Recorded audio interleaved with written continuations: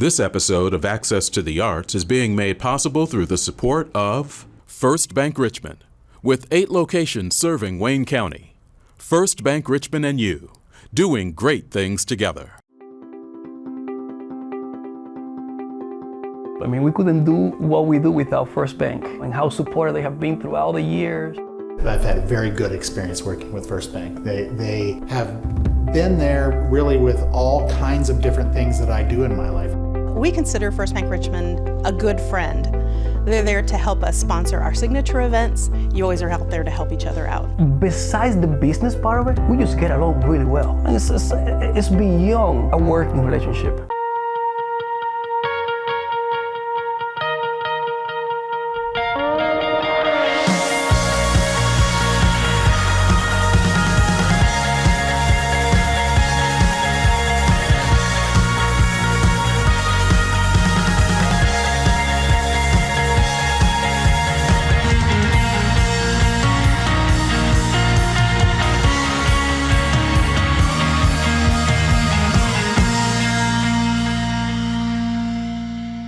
Hi, and welcome to Access to the Arts. I'm Eric Marsh. No, I'm not Dave. I'm Eric. But thanks for joining us on this Access to the Arts, where we have a chance to find out what's going on in the community, in our arts world. And there is a lot of it. I know after being away for a while, it has slowly but surely come back.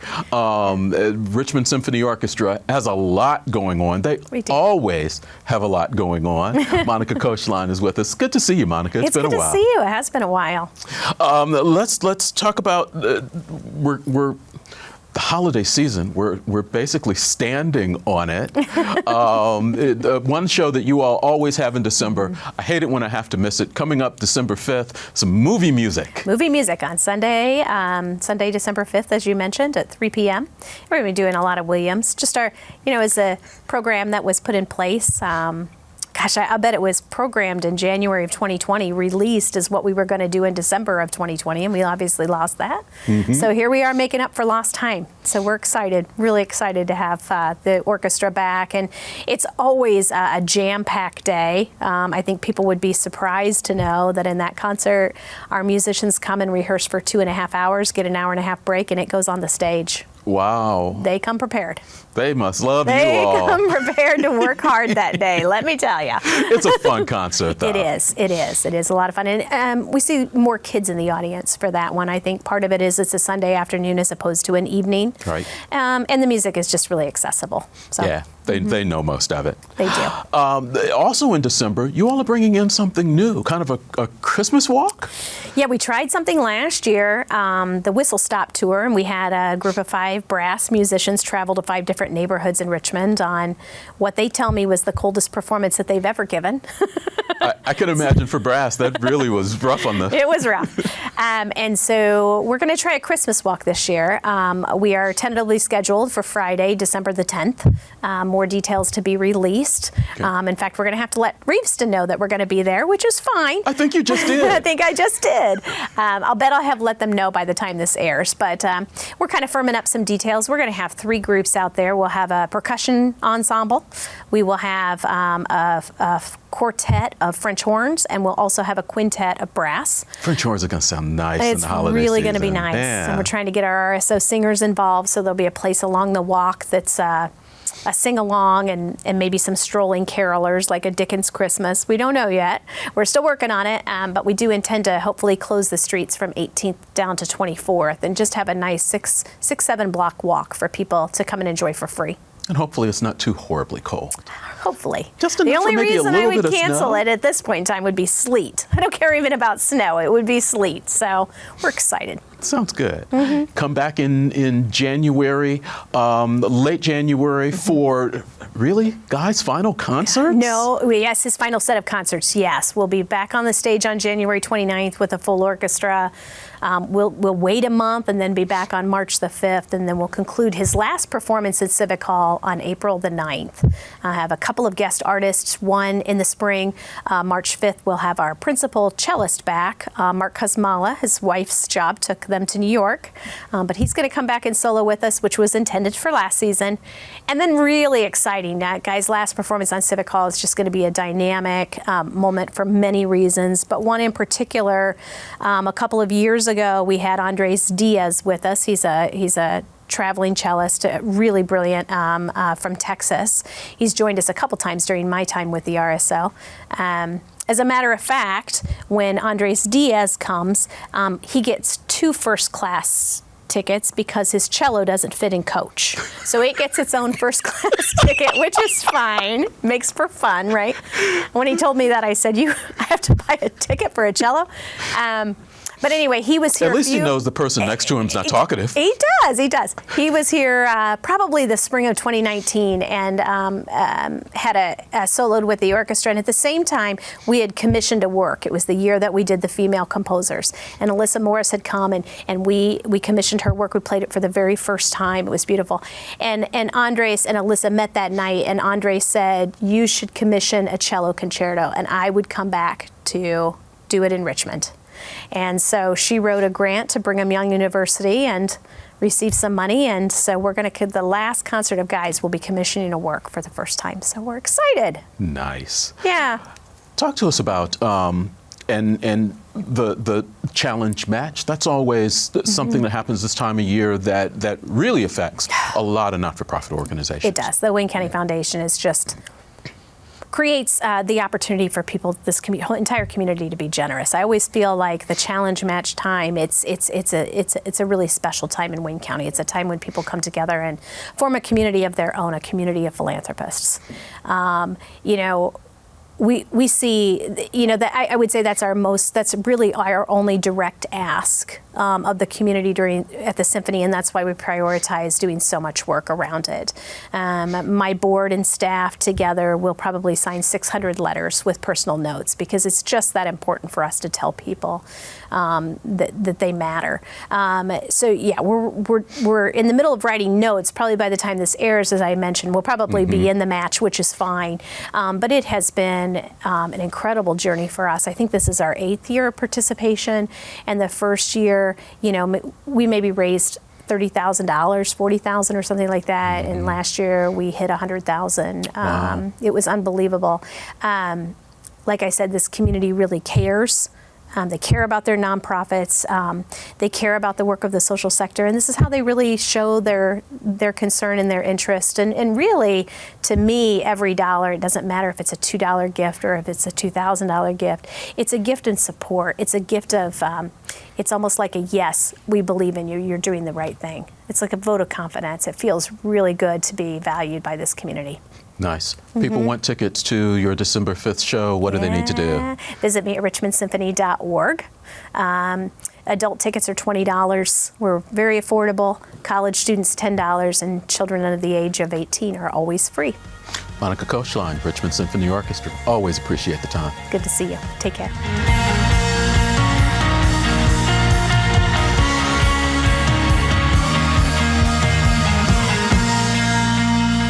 Welcome back to Access to the Arts. We are having a chance to speak with John Cook, Civic Hall Performing Arts Center. I like these conversations better when we're sitting out on the bench in front of your place. Yeah, it's a little nicer. You've been able to, unlike last year, you've been able to get some performances in. You've had 2 so far that you were able to get in.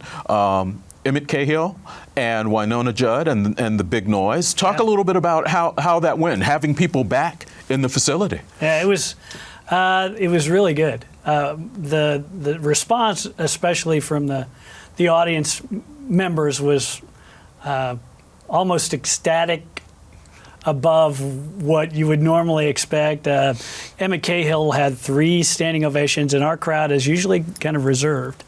The crowd itself, Emmett Cahill was the first of the 2 shows on the 2nd of October. It had a smaller crowd, but they were very appreciative. Everybody was real excited to get back in inside to Civic Hall and see the performance. Then Winona Judd was a bigger crowd, and again, the response was, very, very positive. Everybody leaving the venue was talking about how really great the performance was and how excited they were to be back at Civic Hall. So both performances I thought were exciting and exceptional as far as the crowd response. Nice.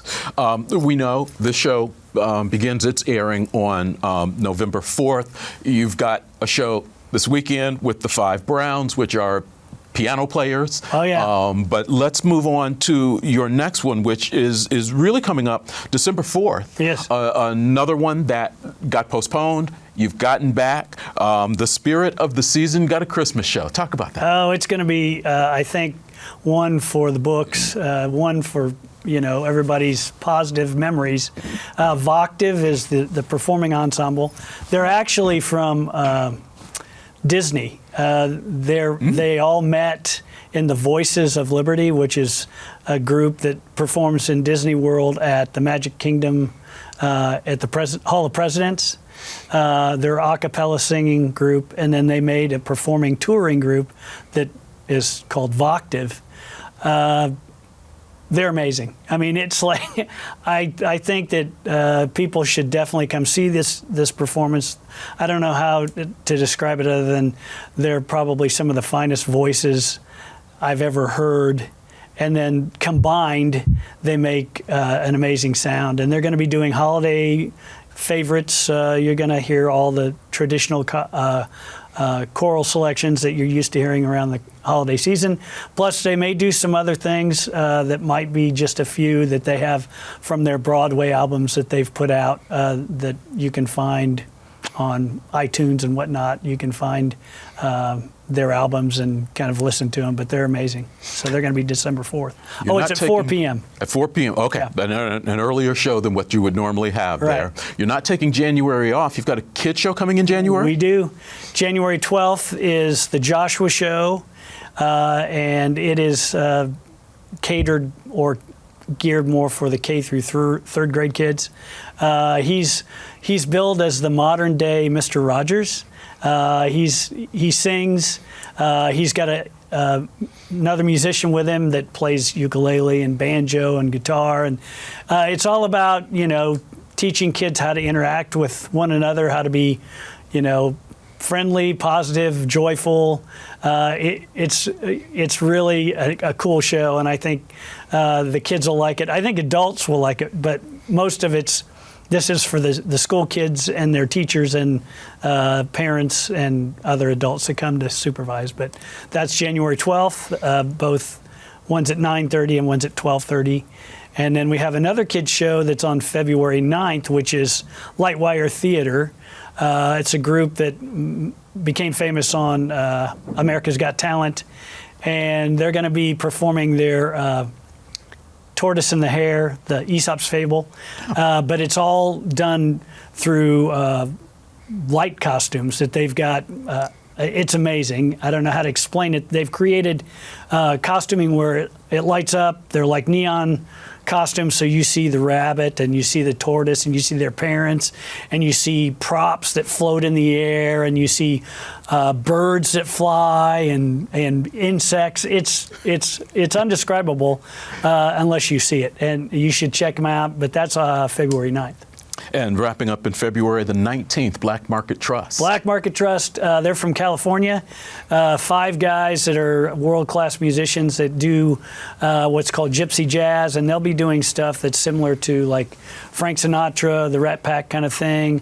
But then they also do some more contemporary from the 60s and 70s that they've put a spin on that is kind of a jazz stylings, but they play with instruments. They use guitar, violin. They've got a woodwind player that plays clarinet, saxophone. They've got a drum set player, a bass player.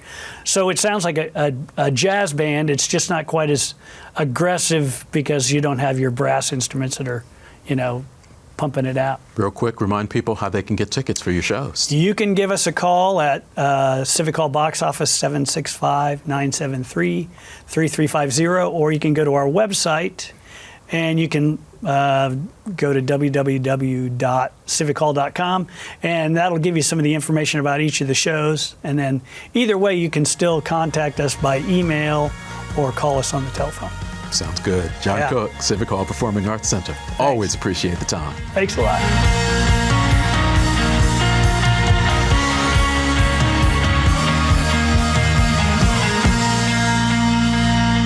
Welcome back to Access to the Arts. I'm having a chance to really, for the first time, meet John Foss, who is the Executive Director of Richmond Civic Theater. Is that actually the title? Yes. Okay. Yes, it is. Executive Director of Richmond Civic Theater. You've been in the position for how long now? Since May, the beginning of May. Not even a year. Nope. Not How's even it 6 been? months, really. How's it going? Oh, it's going great. It really is. The community has been so welcoming, and the opportunity to meet so many people and to learn about Richmond and learn about the incredible history of R.C.T. and its legacy, and then being given the honor to lead it. I mean, what a gift! It's the whole experience so far has been really lovely. Before we move on to some of your shows, a little bit more about you. How did you get into the theater? Well, I think the first play that I did was in middle school. And it was a choir concert, and it began my love of theater. And I then did theater all through high school, decided I was going to make a career out of it and be a performer.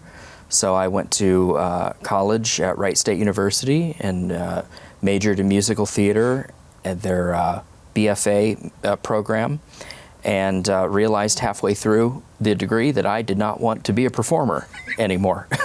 At least you didn't wait till you crossed and got the... Yeah. But I still graduated. I still got the degree, and I started working almost immediately out of college in arts administration. And that's where I learned development and became a development director through Victoria Theater Association, Dayton Opera, was director of development for Muse Machine in Dayton, vice president development for Human Race Theater Company in Dayton, and then I took a little break from the arts and, believe it or not, started doing theater costuming, which... Only a little break. Only a little break. Okay. And then did a brief stint as director of development for Columbus Children's Theater, but then COVID, of course, turned everyone's world upside down. Yeah. And this opportunity came to me by way of someone I knew from Human Race, a friend of mine, and she said, "Hey, I think you should look at this job description." And I said, "No, I don't really want to." And then she came back to me and said, she said, "I think maybe you should look at it again." And I said, "Okay, I will." And then I did some more research, and I thought, you know what, I'm going to go for it. And I fell in love. Nice. Glad to have you here. Yeah, so that's the last 20 years in about a minute and a half, Eric. I hope that's okay. That works very well. You did good with that. Talk to us about All Together Now, because I think that is an interesting concept that has been put in front of theaters really all across the country. Yes. All Together Now is it's a global event offered by MTI, Music Theater International, which is the one of the primary licensing companies for all musical theater properties in the United States and worldwide. And what that means is when you want to produce a show, you have to get royalties. You have to get permission, and this company owns that permission. Anyway, as a result of COVID and with theaters and performing arts centers and you name it across the world not being able to perform, MTI has put together a global event, a review of well-known musical theater repertoire that they are permitting theaters between November 12th and the 15th. We're only going to the 14th, but between 12th and the 15th, over 3,000 arts organizations across the globe will be performing this musical review, completely free of royalties. That's big. Yes, it's very big. So that means that any ticket revenue that we generate from this, we get to keep, and we don't have to pay out, to pay royalties. A lot of great music from very popular shows like Hairspray, Mary Poppins, Beauty and the Beast, Jekyll and Hyde. There's all recognizable tunes, great fun for the whole family. Cool. Tickets currently on sale. We can't talk price, but tell people how to get them. Tickets are currently on sale. You can visit our website, www.gorct.org, or call the box office 765-962-1816. All the prices are listed on our website. That's where I would go. Cool. Christmas right around the corner. Yep. Almost standing on it. Best Christmas pageant ever. Yep. That sounds like a big title. Oh yeah, very, very famous children's novel written by Barbara Robinson. It was actually first published in 1971, and this being 2001, it's the 50th anniversary of the novel, which I didn't realize until I started doing some research. But it's the hilarious Christmas story of a couple who are put in charge of producing their church's annual Christmas pageant, and they are all of a sudden slapped with the realization that they're going to have to cast in the main roles the 6 children from the worst family in town, the Herdman kids. They are always in trouble, always in detention, always doing up to no good.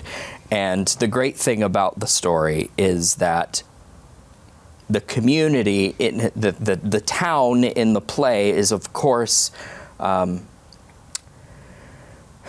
concerned that the Christmas pageant is going to be ruined because of these little rascals that are cast in the lead roles. But the kids, the Herdmans, end up teaching the community the real meaning of Christmas through acceptance and not being judgmental and having an open mind and an open heart.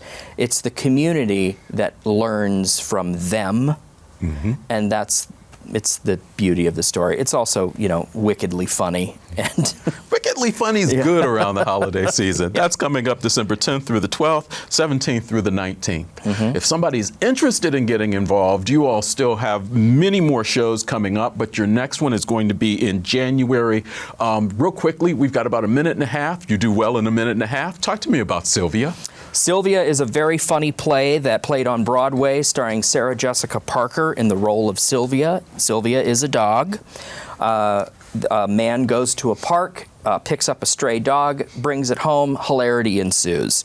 And the show is for adult audiences only. It is rated R because of language. Sylvia the dog is a little mouthy. So, but very, very funny, and auditions for that will be coming up here in the next month or so. So information about those will be on Facebook and our website as well. GoRCT.org. Yep. All right. John, appreciate you coming in. Nice meeting you. Nice to meet you, too. I'm sure we'll have a chance to talk to you again as you head into the spring with many more shows coming up, including Newsies. Yes. All right. Looking forward to it. Thank you very much. Appreciate the time.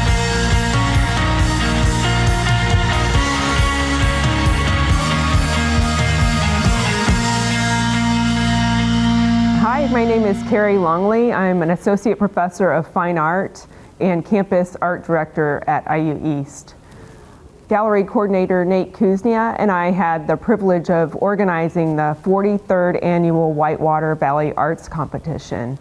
This exhibition was organized by the late Tom Thomas, who served as an art professor at IU East for over 30 years. It gives artists within the region, Indiana and surrounding states, an opportunity to showcase their artwork and learn from nationally recognized jurors. This year, Kathy Mayhew from the Fitton Arts Center, Brigham Dimmick, a professor of studio art from Southern Illinois University Edwardsville, and Marcella Hackbardt, professor of studio art at Kenyon College, served as our jurors. And Marcella shared a statement about her experience serving as a juror here. Hello there. My name is Marcella Hackbardt, and I was one of this year's jurors, and I'm going to read my juror statement here. Art making is a visual, intellectual, and emotional search. Immersion in its practice teaches students and artists to respect and foster creativity, to investigate their definition of self, to strive for intensity, and to participate in an active, not passive, relationship with the world around them. Therefore, art making is a skillful and thoughtful searching, a meaningful time that requires ambition, trust, risk-taking, and investigation of self and the social fabric.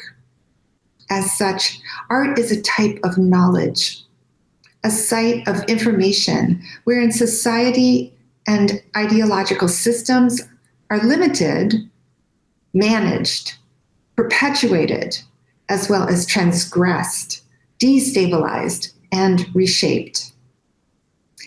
All of the work submitted sought to make meaning and challenge the viewer, and provided an exciting several hours of absorbing and discussing the rich messages and materiality of all the entries. Our honorable mention award goes to Steve Lohr from East Grand Rapids, Michigan, with Inner Vistas No. 2. This is made of found and gifted materials, mostly wood. Another honorable mention goes to Devin Horton from Bellevue, Kentucky, with his piece entitled Wade, Oil on Canvas.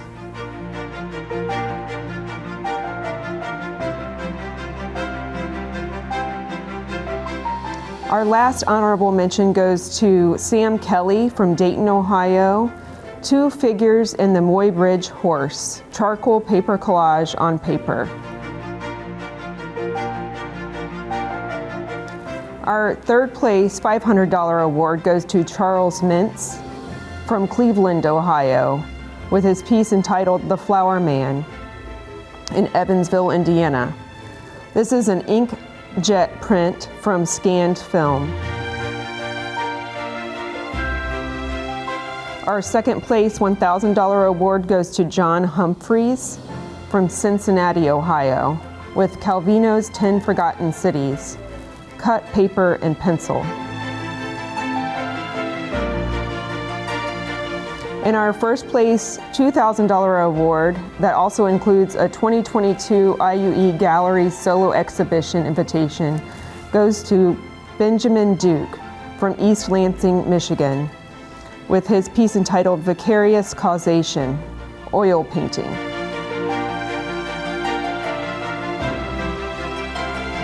The Chancellor's Choice Purchase Award goes to Nathan Taves from Columbia City, Indiana, Pasture Canyons, oil on panel.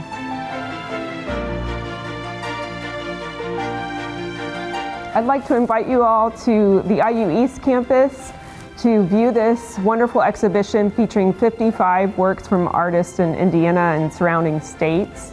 This will be on view through December 10th in the Meyer Artway and Tom Thomas Gallery in Whitewater Hall.